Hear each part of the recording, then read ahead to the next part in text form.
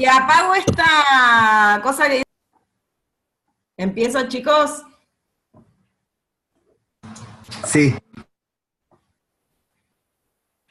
Bueno, buenas tardes. Soy la doctora Ana Laura González y esta es la clase de antibióticos en pacientes críticos.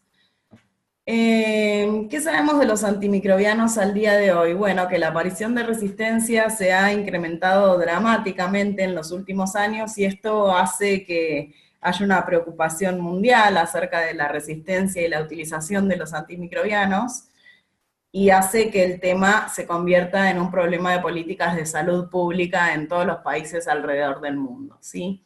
Algunas estadísticas de Estados Unidos hablan que las bacterias resistentes a los antibióticos causan más de 2 millones de enfermedades y por lo menos 23.000 muertes al año en los Estados Unidos.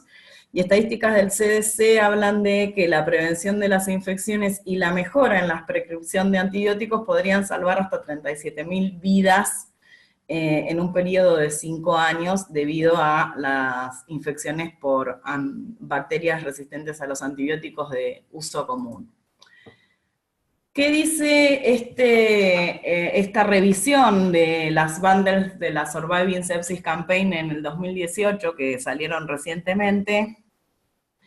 Hablan de una serie de medidas que se revisan y tendrían que implementarse desde la primera a la sexta hora del ingreso de un paciente con shock o shock séptico a una guardia de emergencia, ¿sí? Y entre ellas nombran la administración de antibióticos de amplio espectro, ¿sí? Junto a la medición del lactato, de la obtención de cultivos, de la administración rápida de 30 mililitros kilo de cristaloides, pero con respecto a los antibióticos, habla que se deben administrar antibióticos de amplio espectro en las primeras horas, que esto es muy importante, hablan de tiempo cero o tiempo de presentación, y es una recomendación fuerte de moderada calidad de evidencia. Este es un trabajo de Seymour, ¿sí? Publicado en la New England, donde en el estado de Nueva York, desde el año 2014 al año 2016, se tomaron a todos los pacientes que se presentaran a todos los departamentos de emergencia del estado de Nueva York con shock séptico o sepsis en las emergencias, se censó a todos esos pacientes, fueron 49.331 pacientes en 149 hospitales. El 82% de esta población completó el bundle inicial dentro de las primeras 3 horas, y en los resultados se observa que dio significativamente el valor de mayor mortalidad hospitalaria a medida que uno demoraba más en la administración inicial del antimicrobiano de amplio espectro. ¿Sí? Acá podemos ver el gráfico, y acá vemos cómo la mortalidad va aumentando significativamente a lo largo de la hora 0 hasta las 12 horas, ¿sí? Recuerden que el 82% completa el bundle dentro de las primeras 3 horas. Y esto convirtió en Estados Unidos a la administración de antibióticos en una política de salud de Estado, ¿sí? Bueno, para repasar un poco las características de los pacientes críticos, sabemos que los pacientes críticos tienen características especiales, por los cuales uno piensa en que la administración de antibióticos en estos pacientes también debe ser distinta de la administración de pacientes que no están en shock y poseen estas características distintas, ¿no? Hay variaciones en el LEC, ¿sí? Que puede estar aumentado por edema, citis, drenajes. Este es el gráfico clásico y viejo que ya lo presentamos en todas nuestras clases, ¿sí? Por hipoalbuminemia, el embarazo también es otro estado que provoca aumento del LEC, ¿sí? Y pérdida de la dilución del antibiótico debido a este LEC aumentado, ¿sí? Y por otro lado hay variaciones en el clearance renal, ¿sí? Que puede estar aumentado o disminuido, aumentado, o los famosos hiperfiltrantes en pacientes con quemaduras, por abuso de drogas, en CIRS, utilización de inotrópicos en donde la excreción del antimicrobiano va a estar aumentada, ¿sí? O puede estar disminuido por insuficiencia renal, diálisis, shock también, con una reducción en la excreción del antimicrobiano, y todas estas características hacen que uno deba modificar las dosis de antibióticos habitualmente usadas. Nuestros pacientes con sepsis y trauma entonces están en un estado hiperdinamico renal. Es la parte donde el filtrado está aumentado, son riñones hiperfiltrantes, ¿sí? Aproximadamente el 30 a 40% de los pacientes, donde tenemos un estado de hipermetabolismo con un aumento del filtrado plasmático renal, ¿sí? De mililitros por minuto.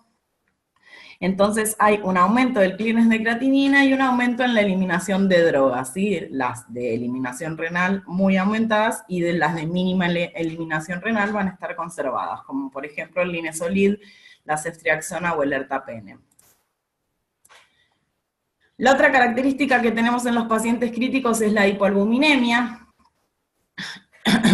Esto hace que la concentración sérica de los antibióticos disminuya, aumenta el volumen de distribución y aumenta la albúmina también por dilución, y estas dos situaciones llevan a dosis subterapéuticas de las drogas, ¿sí?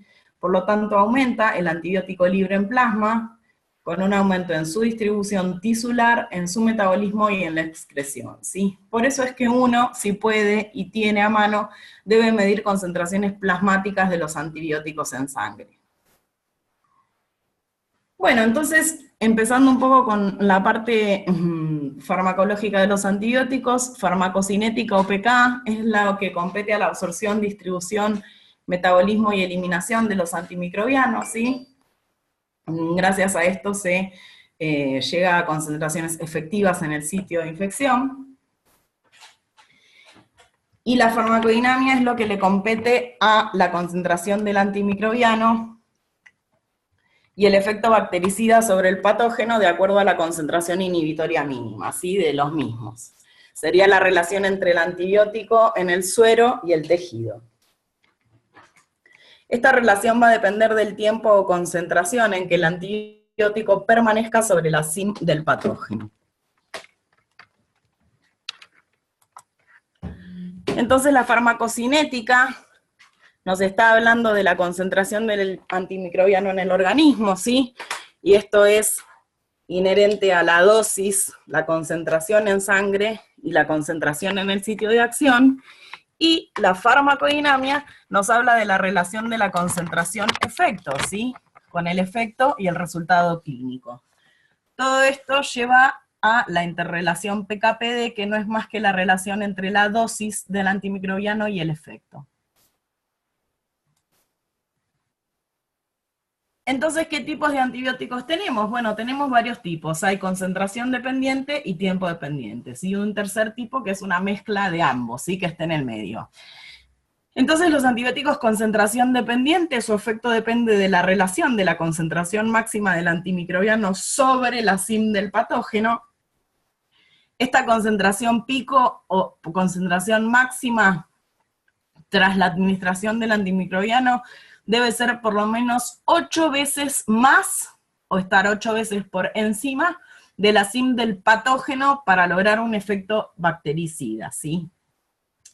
Este tipo de antibióticos, ejemplos de concentración dependiente, son los aminoglucósidos, el colistin, la anfotericina, la daptomicina y el metronidazol. Esta es la curva de concentración tiempo, ¿sí? Para los antibióticos concentración dependiente. Entonces acá vemos graficado, ¿sí? Sobre este eje la concentración sobre el tiempo, y vemos que el pico máximo o concentración máxima del antibiótico debe estar 8 veces por encima de la CIM del patógeno, ¿sí? Esto debe ser 8 veces mayor a la CIM del patógeno. Los antibióticos tiempo dependientes son antibióticos donde su efecto va a depender de la relación del tiempo del antimicrobiano sobre la CIM del patógeno, ¿sí? Entonces esto es que el antimicrobiano debe permanecer por lo menos 4 veces por encima de la CIM del patógeno durante al menos el 50% del tiempo del intervalo de dosis, ¿sí? Ejemplos de estos antibióticos son los betalactámicos, los carbapenemes, el linezolid, claritromicina, clindamicina y fosfomicina, ¿sí? Muchos de estos antibióticos, si la característica del antibiótico nos lo permite, son los antibióticos que vamos a utilizar en infusión continua o prolongada. Acá tenemos otra vez la curva concentración-tiempo, donde podemos observar entonces que el tiempo en el que el antibiótico debe permanecer por encima de la CIM, 4 veces por encima de la CIM, debe ser por lo menos el 50% del intervalo entre dosis, si el tiempo es mayor a la CIM. Y luego hay un tercer tipo de antibióticos que el ejemplo clásico en realidad es la vancomicina, que se comportan de las dos maneras. Son antibióticos concentración dependientes con tiempo dependencia, ¿sí? Entonces acá lo que importa es la relación del área bajo la curva concentración-tiempo plasmático sobre la CIM del patógeno, ¿sí? Entonces es el área bajo la curva de la concentración y del tiempo que el antibiótico está en el plasma en relación a la CIM del patógeno, se mide a las 24 horas de la administración del antimicrobiano, y la actividad bactericida del antimicrobiano va a depender del tamaño del área bajo la curva, ¿sí? Y la concentración del antimicrobiano libre, y del tiempo en que éste permanece por encima de la CIM del patógeno durante 24 horas, ¿sí? Acá tenemos el ejemplo. Entonces, lo importante es el tamaño del área bajo la curva en 24 horas y la cantidad de droga que permanece libre durante un día por encima de la CIM, ¿sí? El ejemplo clásico de este antibiótico es la vancomicina, ¿sí? Otros ejemplos son las tigecyclinas, las fluoroquinolonas, acitromicina y tetraxiclinas.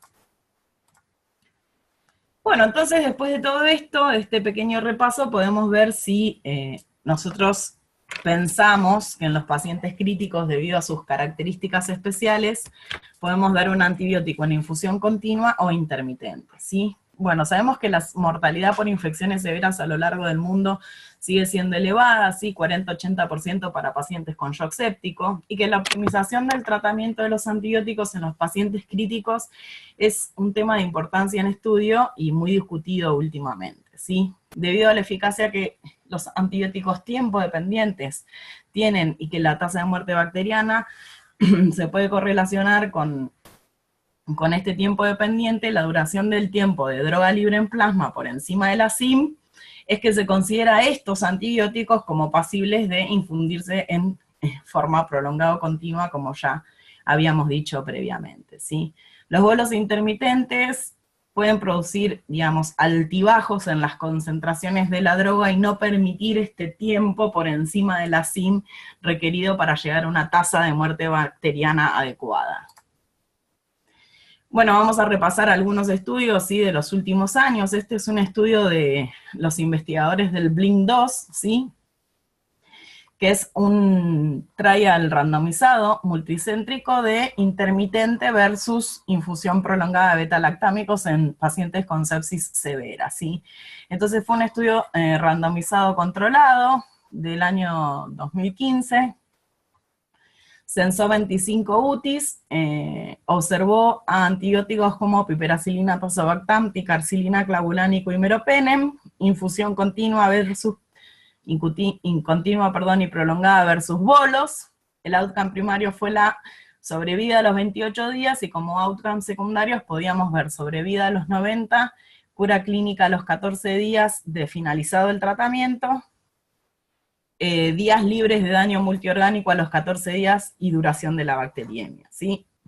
Los resultados no son concluyentes, no hay diferencias entre la infusión continua o prolongada y el bolo, pero la crítica de este trabajo es que solo del 18,8% versus el 19,5% tuvieron un patógeno identificado, muy baja identificación del patógeno, no sabíamos contra qué estábamos trabajando. El 90% de esos pocos patógenos identificados eran patógenos multisensibles, como Escherichia coli, Klebsiella o Staphylococcus meticilino sensible, y no midieron la CIM de los patógenos, ¿sí? Por lo tanto, no es generalizable este trabajo a los pacientes críticos con infecciones por organismos multiresistentes, y la infusión continua debe superar la CIM del patógeno durante todo el tratamiento, y acá no fue medida, ¿sí? Por lo tanto, no sabemos sobre qué se estuvo trabajando. En este otro trabajo, que es el BLISS, ¿sí?, que es muy conocido, del 2016, entonces otra vez se prueba randomizado controlado de infusión continua versus intermitentes. en 2 centros, pacientes críticos no dialíticos, el outcome primario era cura clínica a los 14 días, y el secundario, la medición del PKPD, los días libres de UTI, ARM a los 28 días, días libres de RM, y supervivencia a los 14 y 30 días. Entonces acá se vio que la infusión continua versus el bolo intermitente, cura clínica 56 versus 34 con una P significativa, días libres de RM 22 para continua versus 14 días con una P significativa, y que el tiempo mayor a la SIM fue 97 a 100% en infusión continua versus 68-70% con una P muy significativa, ¿sí? El target de tiempo mayor a SIM. Recuerden que así se mide el antibiótico tiempo dependiente, que es el que se utiliza en infusión continua, ¿sí? Este trabajo entonces contó con un 37% de pseudomonas, un 56% de acineto y un 23% de Klebsiella, microorganismos multiresistentes, y se midieron las SIM de los patógenos con Simparacefepime de 8, Meropenem de 2 y Pipertazo de 16, todas SIM bajas y sensibles, ¿sí? Este trabajo sí es generalizable a pacientes con infecciones multiresistentes, y se pudo medir que los antibióticos superaron las SIM de los patógenos durante la mayoría del tiempo de tratamiento, ¿sí? Este es otro trabajo que habla de infusión prolongada de Pipertazo y Meropenem en pacientes críticos asociado a mejores outcomes, sí o no, ¿sí? Es un trabajo observacional sobre los pacientes del estudio DALI, ¿sí? La cohorte del estudio DALI. Entonces es un análisis post-hoc de los pacientes del estudio DALI, que censó 68 UTIs en 10 tipos de países, Pipertazo y Meropenem en infusión prolongada versus intermitente, y el resultado es que el 89% de los pacientes lograron superar el 50% de la fracción de tiempo mayor a SIM, ¿sí? Le fue mejor a los pacientes con coinfecciones respiratorias, ¿sí? La supervivencia a los 30 días fue 86 versus 56 con una P muy significativa, ¿sí? Los pacientes que tenían a su vez SOFA mayor a 9 vieron una cura clínica significativamente mayor para la infusión continua y una supervivencia también mayor para la infusión continua. Este es otro trabajito un poco más actual, ¿sí? De la Lancet del 2018, que es una revisión sistemática y metaanálisis, ¿sí? De beta-lactámicos antiseudomonales en infusión continua. Se analizaron 22 randomizados controlados, 1.876 pacientes en total, carbapenemes, cefalosporinas y penicilinas, y la mortalidad dio a favor para la infusión continua 13,6% versus 19,7%, muy significativamente. Acá tenemos otro metaanálisis también reciente, sí, 18 estudios, 3.401 pacientes, 56,7% en infusión continua, pacientes con infusión prolongada, 1,46 veces menos probabilidades de morir, ¿sí? Por lo tanto, infusión prolongada de Pipertazo se asocia a una mortalidad reducida y mejora las tasas de cura clínica en cohortes de pacientes críticamente enfermos, ¿sí? Entonces, estos últimos trabajos demuestran, la verdad, que hay una diferencia, hasta incluso en mortalidad, de pacientes que reciben infusión continua versus intermitente, ¿sí? Bueno, ¿qué tipos de antibióticos entonces utilizamos? Voy a hablar de los clásicos y de uso habitual, porque luego hay una charla de antibióticos, nuevos antibióticos, ¿sí? Tenemos los beta-lactámicos, entonces, que son los antibióticos que inhiben la síntesis de la pared celular por unión a las PBP. Tenemos las penicilinas naturales, las resistentes a penicilasa, aminopenicilinas, carboxi y ureido, las cefalosporinas de primera, segunda, tercera, cuarta y quinta generación, y los otros beta-lactámicos, que son los carbapenemes, los inhibidores de beta-lactamasa y los monobactames. Entonces, las cefalosporinas de primera generación tienen espectros para cocos gram negativos y muy poco bacilos gram negativos. Las de segunda aumentan el espectro para algunos bacilos gram negativos como influenzas y bacteroides fragilis. Las de tercera suman espectro a la pseudomona aeruginosa sensible a las mismas y a algunos otros bacilos gram negativos, y las de cuarta suman ya actividad contra la PAE y algunas BLE. Nuevas cefalosporinas, ceftobiprole y ceftarolime.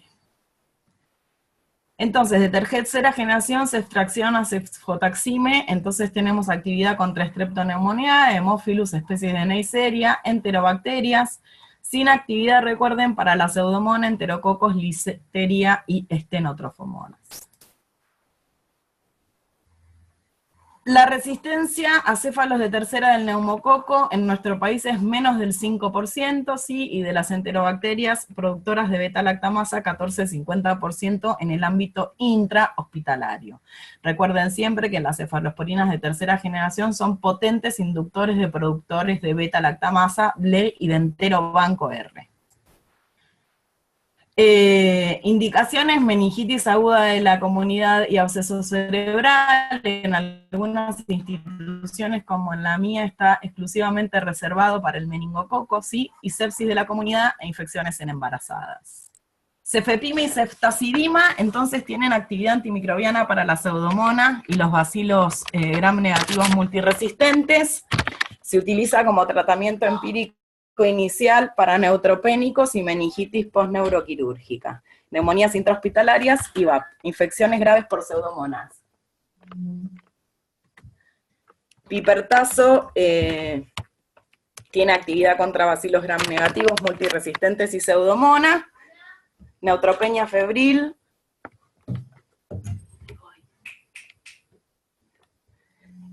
Neumonía intrahospitalaria y VAP, ¿sí? Infecciones graves intraabdominales y de la herida quirúrgica. Carbapenemes supera también el espectro para bacilos gram negativos multiresistentes, pseudomona y acineto. El imipenem es un antibiótico que utilizamos también para los tratamientos de infecciones graves y productoras de BLE. ¿Sí? Recuerden que es una droga C en el embarazo y que no puede utilizarse en patología del sistema nervioso central debido a que disminuye el umbral para las convulsiones. El meropenem tiene las mismas indicaciones, salvo que recuerden que sí se puede utilizar para patología del sistema nervioso y puede utilizarse para infusión prolongada. Glicilciclina, la más utilizada por nosotros es la tigeciclina, que recuerden que es un antibiótico bacteriostático, indicado por la FDA para infecciones de partes blandas e intraabdominales, y hay recomendaciones también para infecciones respiratorias, y la resistencia se da por bombas de eflujo. Recuerden que no existen puntos de corte de SIM, por lo tanto se utiliza el halo de la tigeciclina, ¿sí?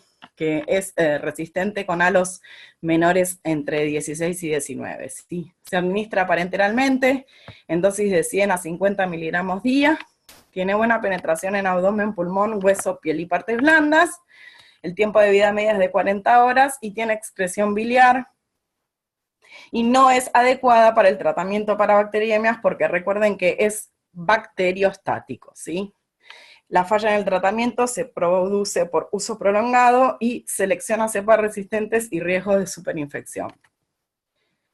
Sirve para todos los cocos positivos, el estáfilo, el neumo y los enterococos, para muchos bacilos gram negativos, pero no se puede utilizar para la pseudomona, el proteus y la providencia. Es selección para el enterobanco R y el acinetobacter. Y no está establecida la seguridad para menores de 18 años. Es de utilización intrahospitalaria restringidamente. Dentro de las polimixinas tenemos el colistin, que es un antibiótico bactericida, con efecto antitoxina, con sinergismo con los carbapenes y la rifampicina, y se utiliza casi exclusivamente para la pseudomona multiresistente y el ancineto multiresistente también, ¿sí?